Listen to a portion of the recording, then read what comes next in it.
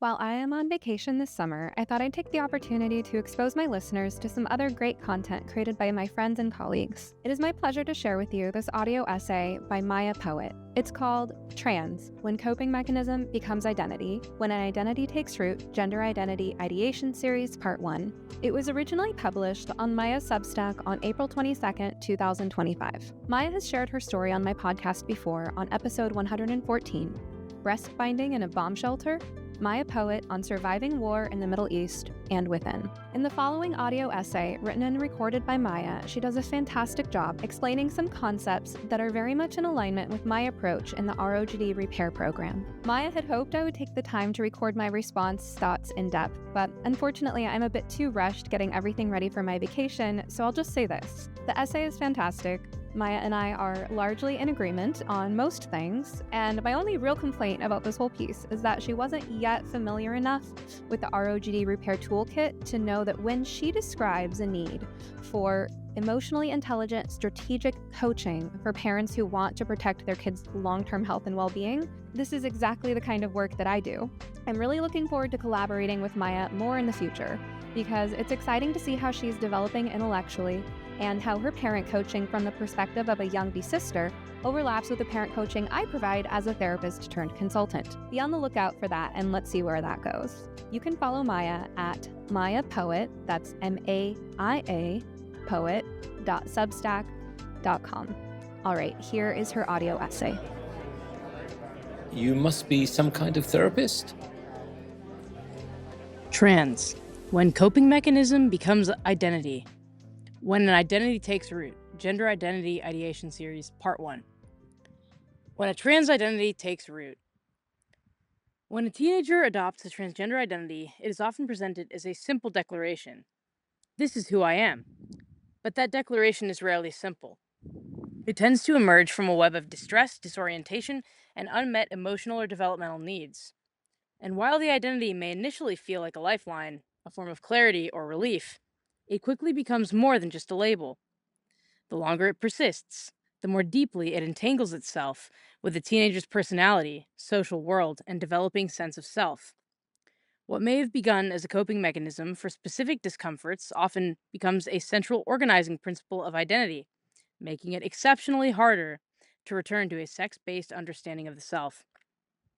By now, we are well aware of the risks associated with medical and surgical transition, the panacea it promises, and the devastating outcomes it far too often delivers instead.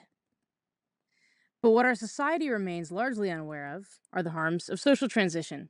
This is partially because most people get their information from culture warriors, and social transition, unlike hormones and surgeries, has been thoroughly neglected by the broader discourse despite its seriousness. Readers of my Substack are already more informed than the average person about the risks and harms of social transition, both as a standalone intervention and as the step that almost always necessitates medical and surgical interventions to be sustained. There is a common tagline used to describe this pattern: social transition leads to medical transition. Among those who haven't encountered this idea, or who don't yet understand how the process tends to unfold, some may affirm their adolescent's transgender identity, perhaps as not literally true, but by going along with it, using the new name and pronouns, purchasing a breast binder for their daughter, or making small concessions under the belief that it's not a big deal. Only later, sometimes years later, do they realize what a big deal it was, when the child, unsatisfied with social transition alone, begins requesting hormonal and surgical interventions. Others take a different approach. They may watch their child like a hawk for any sign that a social transition is beginning, and try to intervene at the earliest possible stage, often not from the moment the identity is declared, but anxiously waiting for the moment any visible step towards transition is taken. Both of these strategies often arise from fear of losing the relationship entirely by taking too definitive a stance. The hope is to minimize conflict, keep the peace, and buy time for the kid to grow up and magically divest themselves from their transgender or non-binary identities. These are well-intentioned moves, but they're not strategic ones. I would argue that the most effective strategy is neither the one that permits social transition as a compromise for delayed medical transition, nor the one that scrambles to intercept signs of transition after the identity declaration has already been made, especially when that strategy arises from emotional reactivity or fear of confrontation. Instead, we need to understand and address what comes before any of this, the phase of ideation. Early intervention, after all, is key. When most people hear the phrase, social transition causes medical transition, their analysis stops there, usually because they don't have a personal stake in the matter. Few pause to ask, what causes social transition? Why does a child begin to identify as transgender in the first place? What motivates them to change their name, their pronouns, their clothing, and ultimately their bodies? Because I pride myself on not being like most people, and because I've lived this experience for nearly the entirety of the part of my life where I had any awareness of myself as a separate person from my parents, I asked that question, and I decided to try and answer it. So, what makes someone want to begin a social transition, and then a medical one, or vice versa? In my opinion, it is the phase of ideation, the internal process of imagining oneself as the opposite sex, or as something outside of one's biological sex, that sets the entire trajectory into motion. There is a complex psychological process which occurs when a teenager adopts a cross-sex identity, and either is allowed to pursue it, or isn't allowed to pursue it, but nonetheless persists in the identification. Ideation, at least within my own experience, was by far the most psychologically defining element of my transition, and I suspect it is like this for others as well. The web of complicated internal processes which a young person processes through the sole framework of gender identity is one which, even if individual parents refuse to affirm, our entire culture encourages it to solidify. This phase of ideation is so integral to the transition process, and it is almost entirely neglected in our mainstream conversations about gender identity and transition. So little is understood about ideation, this initial, often silent period of questioning that precedes any declaration of transgender identity. While we hear a great deal about the stages of transition in the social, legal, physical, medical, and surgical realms, it is the ideation phase that I believe is the most influential. Not only because it is the gray area that exists before any visible steps are taken or any public declarations are made, but also because ideation continues in the background throughout the entire transition process, quietly propelling the individual from one stage to the next. In my own search to understand how this happened to me, I realized that many of our fundamental misunderstandings about the psychological nature of gender identity could be clarified, if not entirely dispelled, by collectively asking this one overlooked question: what causes ideation? What unmet need is being filled by the idea of transition? So, I have chosen to answer this question by starting with my own story. Those who find themselves in the position of helping a gender questioning young person, especially their own child, need more than a tagline to guide them. They need context. They need insight. They need an understanding of why the child is drawn to this identity in the first place, not just a plan for how to prevent medical harm. So, let's talk about ideation. This essay will be presented in at least two parts. In this first installment, I'll use a snippet of my own life story to illustrate just one layer of the initial life confusion, which, when I was introduced to the transgender sense-making framework, catalyzed the ideation I experienced as a confused 12-year-old. These events were in the works for years before I declared a transgender identity to my parents. In the next essay of the series, I'll discuss how mishandling the ideation phase, even with well-meaning and non-affirming parenting strategies, can increase household tension, damage the parent-child relationship, and ultimately make both social and medical transition far more likely, while also predisposing a young person to other vulnerabilities that their parents may not even be able to predict. I'll also offer some alternatives, approaches I believe are not only more effective, but ones which are better able to meet the developmental needs of the child. Because if we truly want to help children reconcile with their bodies, we should really start before they transition, not after. If you haven't read my essay titled How Transition Makes Dysphoria Worse Without You Realizing It, now would be a good time to do so. ideation as the birth of the identity, and as coping that masquerades as clarity. For many young people, the transgender identity is not born from a deep intrinsic knowledge of the self, but from normal developmental confusion. And at the beginning of the ideation process, some part of them understands that body discomfort, social anxiety, an inability to understand one's own emotions, trauma, ambivalence, or shame about same sex attraction, fears, or confusion surrounding sexuality due to early exposure to pornography and other age inappropriate materials, or simply a profound sense of not fitting in when coupled with the adolescent need to individuate. Any of these can create fertile ground for the idea that one's true self lies on the other side of a gender divide. This identity can feel like both an escape hatch and an answer key. Suddenly, there's a name for the pain, a script to follow, and a way out of the suffering.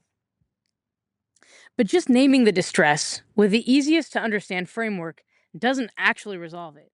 Instead, it offers a new framework. One that has, over the course of half of my life, gone from being obscure and unknown to the subject of a raging culture war. These days, the trans identity framework is often reinforced as being literally correct by peers, therapists, online communities, and even institutions. The label of trans quickly becomes not just a way for a struggling teenager to understand their present confusion, but as a way by which to reflect on negative, confusing aspects of their past, and offering the reassurance of being a sound blueprint for the future. One major factor underpinning the distress which catalyzed my transgender identification is something I've just begun to unpack now, despite its ever presence throughout my life: sensory processing issues. The next section of my essay will focus on that. I didn't know how to use my own words to ask for what I needed, so I came out as trans. When I was 12 and came out to my parents as transgender, they reacted in what I perceived to be an extremely emotionally unpleasant way. As an adult, after consulting many people who are far more literate in emotional nuance than I am, I now understand that this broadly unpleasant emotional reaction was, in fact, panic. But back then, I didn't know what panic looked like. I thought they were angry at me. That panic, interpreted through my 12-year-old lens as anger, was the moment everything changed. It became the catalyst, not just for making an identity claim, but for beginning to construct an entire life plan based on the belief that transition was my only viable future. I told myself I'd figure out how to get the clothes I wanted, how to negotiate a shorter haircut over time. I didn't have a male name picked out. I didn't demand new pronouns. Those things hadn't even occurred to me in 2012. I genuinely believed that this was something my parents would help me figure out. They'd always been master problem solvers. But instead, in my highly sensitive, already confused 12-year-old mind, I felt like I had unleashed something catastrophic. I felt like I'd caused an emotional earthquake, and that I was to blame. I didn't threaten suicide. I didn't use emotional blackmail. I had heard the messaging about high trans suicide rates for kids who weren't affirmed, but I didn't think to tell my parents I was suicidal when I wasn't, because that would have been a lie. Was I miserable and confused? Absolutely. Was I suicidal? No, not until I kept hearing over and over that kids like me became suicidal if they weren't affirmed. Then I began to consider it. At that age, and with my delayed understanding of how people use emotion to manipulate others, the concept of emotional blackmail simply would not have occurred to me. I took people's feelings at face value. I barely understood what constituted normal emotional expression, let alone the complicated emotional maneuvers my peers were already using to subtly compete for social standing. Looking back on it, all I really wanted was just to wear more masculine styles, because I wanted no fuss clothes. If given the choice, I would have happily worn my previous school's gender neutral uniform, blue slacks and a soft red or white polo shirt, every single day, because I was used to that. But when I transferred to public school at the age of 10 and suddenly had to pick my own clothes, I struggled. At first, some of the girls' clothes looked nice on the mannequin, but when I actually put them on, I couldn't stand how they looked or felt on my body. I would buy them, convinced I could get used to them, only to find myself miserable every single day. I was constantly pulling at the fabric of my shirts, trying to keep it from touching my skin, trying to stretch it out, and becoming endlessly frustrated when the fabrics did not comply. If I hadn't gotten much sleep the night before, the textures of those clothes made me irrationally angry.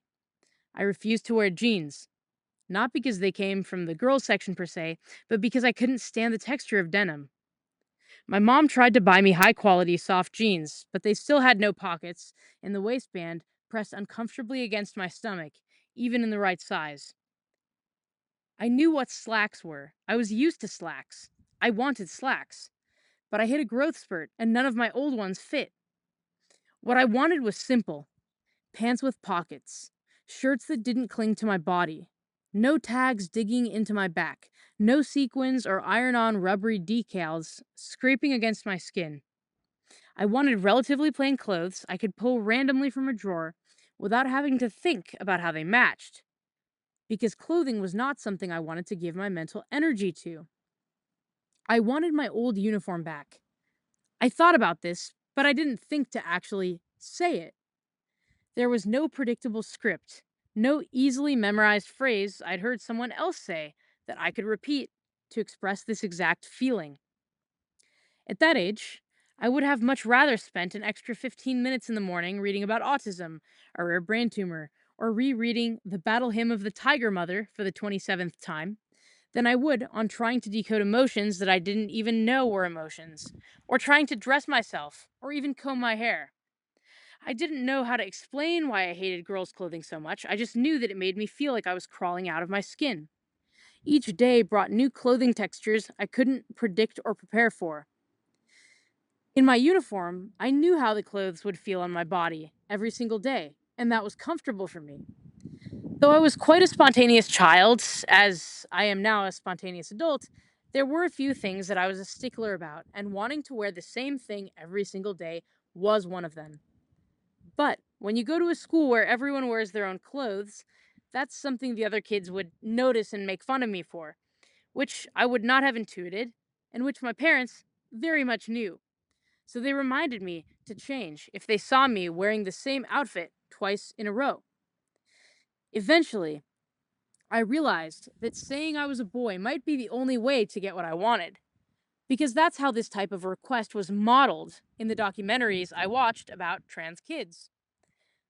I also simply couldn't find anything in the girls section that met my strict sensory requirements, and maybe I could have been more persistent in this pursuit, but I couldn't stand the flickering fluorescent lights in clothing stores. They gave me headaches and made me so irritated that I didn't want anything to do with extending my time in a mall. I would come into a shopping experience excited about finally replicating the predictable sensory experience I once had, and emerge dissatisfied with the clothes I returned with every single time. I convinced myself I could get used to this new public school hell of wearing my own clothes if I just kept amassing more clothes that I thought were shiny, colorful, and pretty on the mannequin, but couldn't stand the look or feeling of them on my body. Probably because this type of self imposed exposure therapy is something I had read in a parenting book. I didn't understand why these girly clothes made me feel like I wanted to rip my own skin off. As a 12-year-old, I hadn't yet gotten far enough in my self directed autism research to understand what a sensory processing disorder even was. I was still more interested in the possibility of locating autism in the brain by studying differences in gray and white matter. I had a strong impulse that by wearing more formless boys' clothes, that this would make me tolerate embodiment better. But I didn't know why.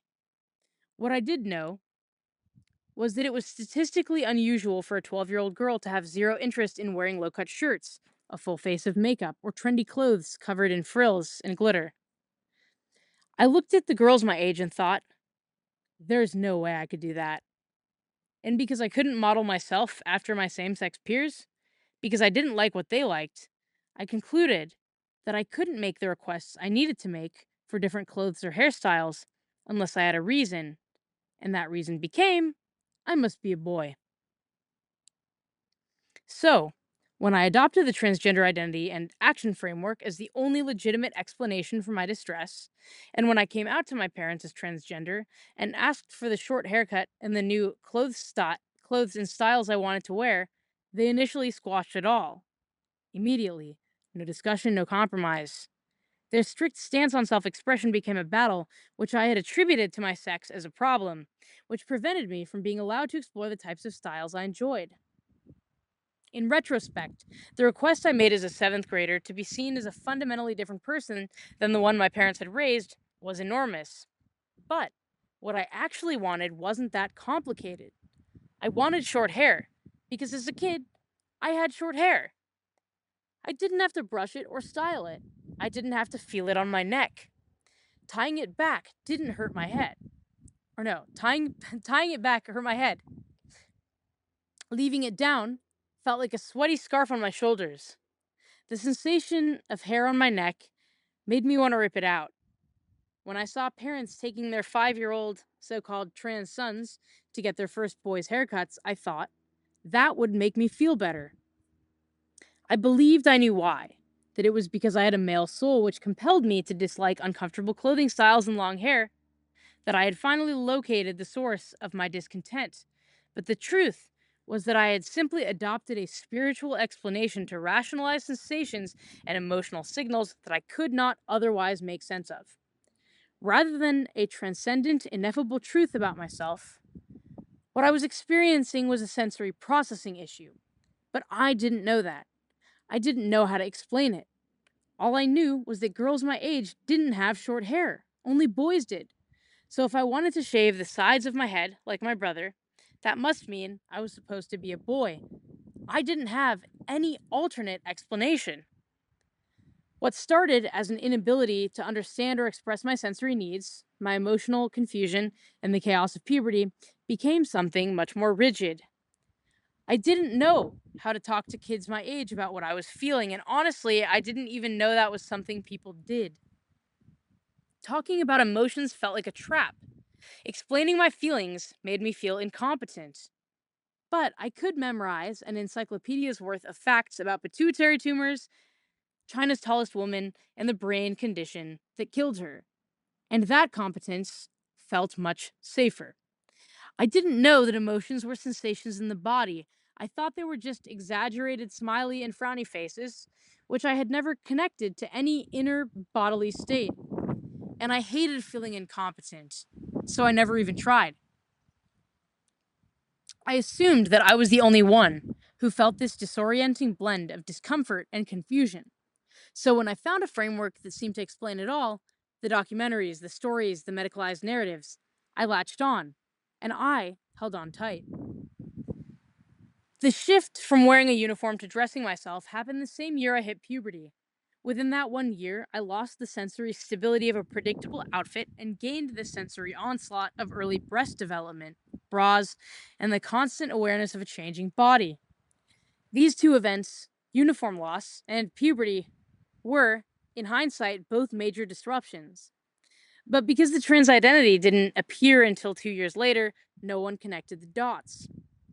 The other struggles I had during that time were handled individually for what they were. But the gender identity crisis, even for my skeptical and highly involved parents, was treated as something entirely different. Something so big, so dangerous, that it needed to be shut down immediately instead of examined carefully. When my parents rejected my conclusion that I was meant to be a boy, they didn't stop to ask what had brought me to that belief in the first place. They never thought to ask whether something besides too much screen time or we shouldn't have gotten her an iPad might have played a role. So they took away the iPad. But it didn't fix anything, because the iPad wasn't the root of the problem. The root of the problem was that I had fundamental misunderstandings about the nature of reality itself. Misunderstandings shaped by long-standing social, emotional, developmental, and sensory processing deficits, compounded by my young age and by the fact that I was a girl. And because I was a girl, those deficits had gone unrecognized and unaddressed, despite their severity, for quite a while. Because for a long time, no one really understood how autism and ADHD manifest differently in girls. And because no one understood, those traits snowballed. The deficits that I used my transgender identity to mask went totally unaddressed in my parents' incredible attempts to get me to reconcile with my sex. These now got eclipsed even more in their attempt to squash the identity, rather than to guide me through the process of understanding why I felt this way. And what followed was more than a decade of my life that no one, least of all me, could have predicted. It is critically important that parents understand that there may be aspects of their child's experiences and struggles which they are totally in the dark about. Maybe they have impulses they've dismissed because they think their child's texture pickiness has nothing to do with why they think they're in the wrong body. It is prudent for parents to not discount these impulses when they are coming up with a strategy. I write more about the way these sensory processing issues may be rationalized by some young people who embark upon the transition pathway in my essay titled, "Why Do So Many Autistic Girls Bind Their Breasts?" The importance of addressing ideation before it snowballs into social or medical transition. There are many misconceptions about the nature of how gender transition unfolds as a process within young people who are still in the phase of individuating from their parents. I believe it is critical for parents and caregivers of gender questioning kids to address the transgender identification as early as possible. It is dangerous to assume that every child will just grow out of it as long as they aren't affirmed and are allowed to go through puberty. While that assumption may hold true for the children who grew up in a culture that didn't affirm cross-sex identities at every turn and who had prepubertal onset gender dysphoria, it is naive and risky to apply the same lackadaisical, watchful waiting approach to the cohort of teenagers whose gender questioning is highly socially mediated and begins around or after the onset of adolescence and puberty. Why? Because adolescence is precisely the developmental window in which young people form identity. They're constructing their self-perception, trying to understand who they are and how they fit into the world. Trans identification, as we now know, latches on to this process with impeccable ease. If this stage of ideation isn't properly addressed, the result is not neutral. Suppressing all identity exploration and self-expression is harmful to adolescence. And yes, but so is allowing a new, rigid, and socially reinforced identity to take over and usurp the one rooted in biological reality. Once that new cross-sex identity becomes central to the young person's sense of self, it is extremely difficult to dislodge, even after it has long outlived the psychological and developmental purpose it originally served. The reason to address ideation now, rather than hoping non-affirmation alone will resolve gender questioning. From the moment a child, teenager, or even a developmentally delayed young adult adopts a transgender identity, the clock starts ticking. If your child is 12, as I was, you may think, like my parents did, that you have plenty of time before they turn 18. You may assume it's just a phase, one that will resolve on its own. I'm here to tell you it would be a miracle if that were the case. And I don't give advice based on miracles. I give advice based on the brutally honest reality of the situation. Because telling you to hope and plan for a miracle is irresponsible. Because you and your kid deserve better than to be lied to about the intricacies of a trajectory with such high stakes. The truth is, the trans zeitgeist is everywhere. It lurks around the corner of every school hallway, library, the internet, TV shows, social media. The idea that bodily discomfort around adolescence is a sign that one is born in the wrong body has thoroughly pervaded our every institution. Every developmental and social incentive in the current culture, regardless of the specific motivations your child may have for identifying as transgender or non-binary, actively encourages them to double down. Nothing and no one but you stands between your distressed, desperate child and permanent, life-altering decisions that they are far too young to fully comprehend, especially if they reach legal adulthood while still functioning cognitively and emotionally as an impulsive adolescent.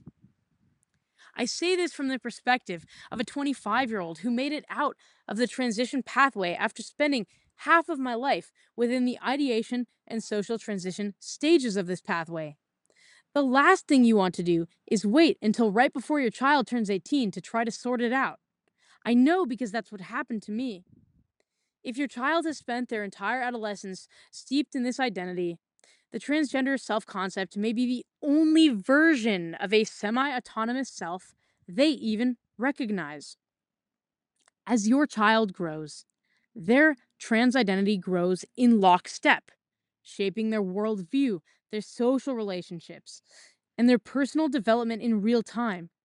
And in just a few years, sooner than you think, your child may no longer remember who they were before the identity took hold.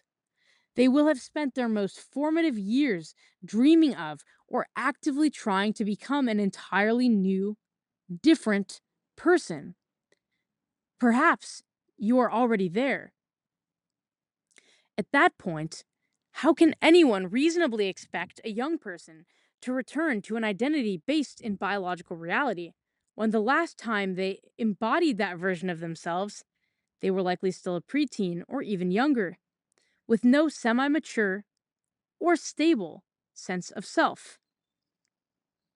Usually, a long term trans identity, even in a non affirming household, can persist because the original confusion or distress that led the child to latch onto this identity, this particular coping framework, has never been adequately addressed.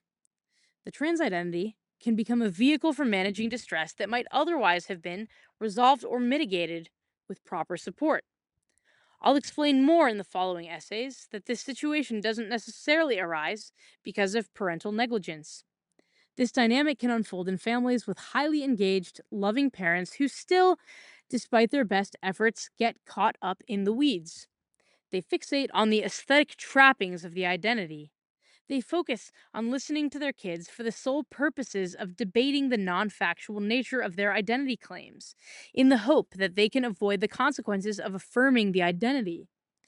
And in this chaotic process, parents can easily miss the most basic clues about why their child came to this conclusion in the first place and how to help them out of it. Conclusion: looking ahead with a note on the origins of my perspective. Normally, my essays have much more substantive conclusions because they cover multiple ideas. This essay was supposed to be like my others until I wrote up the first draft and it was 25 single spaced pages. Since I've had to split it up in awkward ways to address these ideas with the care with which they ought to be addressed, this conclusion will be less about the ideas themselves and more as a sort of breathing exercise for the inner strategists among us. Though there is no one size fits all solution, no magic bullet, no single sentence you can say that will instantly change your child's course when it conflicts with what they've already decided, there are strategic ways to induce more critical thinking in a young person. There are methods you can adopt that help you better understand your child's mindset, gather the missing pieces of this deeply personal puzzle, and make more informed choices about what kind of support, environment, and boundaries will actually be effective in helping them feel more at home in themselves. Some of these strategies involve asking thoughtful questions in a calm tone, while others involve bonding over anything but gender and using financial support as leverage. I personally think that the strategy I would have benefited from, which I haven't heard articulated yet, is the strategy of becoming a detective and asking questions which help parents to gather insight into their child's mindset as a gauge. This is a strategy I will discuss either in part 2 or 3, depending on where it makes most sense to do so. Just because the missing puzzle piece in my case turned out to be sensory processing issues and certain undiagnosed autistic traits doesn't mean those are the same drivers for your child. They might share parts of my story, or none at all.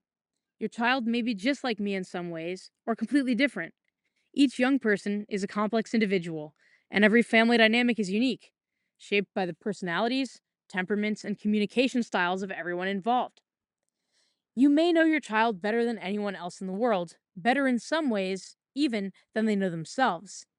But, especially if your child is highly cerebral or emotionally reserved, or, as in my case, pretty emotionally illiterate, there are likely parts of their internal world you haven't had access to yet.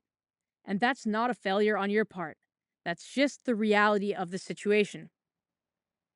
What I offer is not a clinical framework or a therapeutic toolkit. I'm not a psychologist. I'm not a therapist. If I had to deal with helping people decode their own emotions all day, I'd find myself trying to catapult off a bridge. Metaphorically speaking, don't worry, guys. What I am is a 25-year-old who got pulled into transgenderism so young that I honestly don't entirely remember a version of myself that wasn't obsessed with it. I've spent over a decade of my 2.5 decades on Earth immersed in this phenomenon, not because I studied it in school, but because I lived it. I got in early, stayed too long, and found my way out. And in the process, I developed the ability to notice missing pieces that therapists and parents often overlook. Not because I have special insight into emotions, but precisely because I don't. I don't process emotions intuitively, either my own or other people's. Every conclusion I've arrived at about this topic has come from a place of logical deduction, an insane amount of research, and a methodological piecing together of what didn't make sense to me about my own experience and about what eventually did. I'm not a therapist, but I am a strategist. That's the lens I can offer you, a bird's eye view of the transgender phenomenon broadly and within young people and their families, not from a place of ideology or expertise, but from personal experience, reflection, and reasoning. If you're struggling with how to help your child through this gender identity crisis, and you want someone who can help you think through your family situation without judgment or political spin and to come up with a better strategy, I'd be honored to help. I apply the same analytical style of thinking to other situations that I've used to deconstruct and to better understand my own. If that sounds like something you'd benefit from, you're welcome to reach out. Please DM me to book a parent coaching consultation. And finally, stay tuned for part 2, which will be published shortly. If I can't fit everything into that installment, just like what happened with my Jazz Jennings series, there will be a part 3. These follow-ups will be available for paid subscribers. As always, your support helps me to continue producing in-depth, high-quality content on this subject and bringing these conversations to the people who need them most. All of your comments are much appreciated. Did you enjoy this essay? Does my work teach you things? If so, please become a paid subscriber to support my work so I can continue bringing my insights to you. As a 25-year-old independent writer, your $8 a month is very much appreciated. You can support me and become a paid subscriber by clicking on any of these subscription buttons in this post. Do you have a kid navigating gender confusion and trans identification? If so, I offer parent coaching sessions to help you figure out how to best navigate your specific child situation in a compassionate and practical way. If this is of interest, please DM me. Once again, thank you so much for either reading my essay yourself or for listening to me read it. If you've listened to this version of my podcast of me reading this essay, I highly recommend that you still scroll through the essay to look at the images that I have generated and included, because I think this helps to really underscore the story for those who are more kind of visually oriented. And I just want to say again, thank you so much for reading all my essays. You know, I put a lot of work into writing these essays. I do a lot of soul searching. I spend a lot of time making these like perfect AI generated images to try to sort of give you a slice of my brain. And I really hope it's helpful.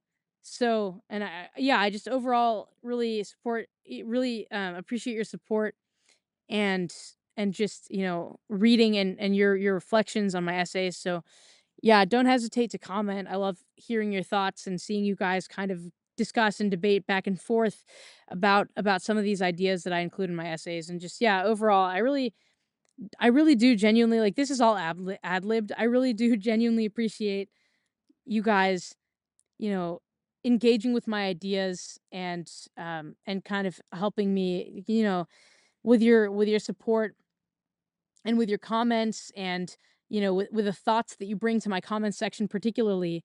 It's all very helpful. And yeah, don't hesitate to reach out, if you want help, I guess, about your specific kid, or if there are ideas about this, some inklings that you've had about this phenomenon that you would really, you're thinking of exploring, but you haven't quite yet, I guess, delved too deeply into those ideas. I love new ideas. I'm an ideas person.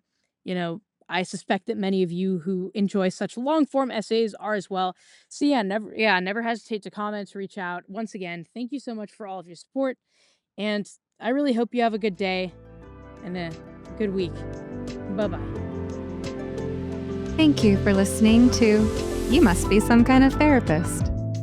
If you enjoyed this episode, kindly take a moment to rate, review, share, or comment on it using your platform of choice. And of course, please remember, podcasts are not therapy, and I'm not your therapist. Special thanks to Joey Pecoraro for this awesome theme song, Half Awake, and to Pods by Nick for production. For help navigating the impact of the gender craze on your family, be sure to check out my program for parents, ROGD Repair. Any resource you heard mentioned on this show, plus how to get in touch with me, can all be found in the notes and links below. Rain or shine, I hope you will step outside to breathe the air today. In the words of Max Ehrmann, with all its sham, drudgery, and broken dreams, it is still a beautiful world.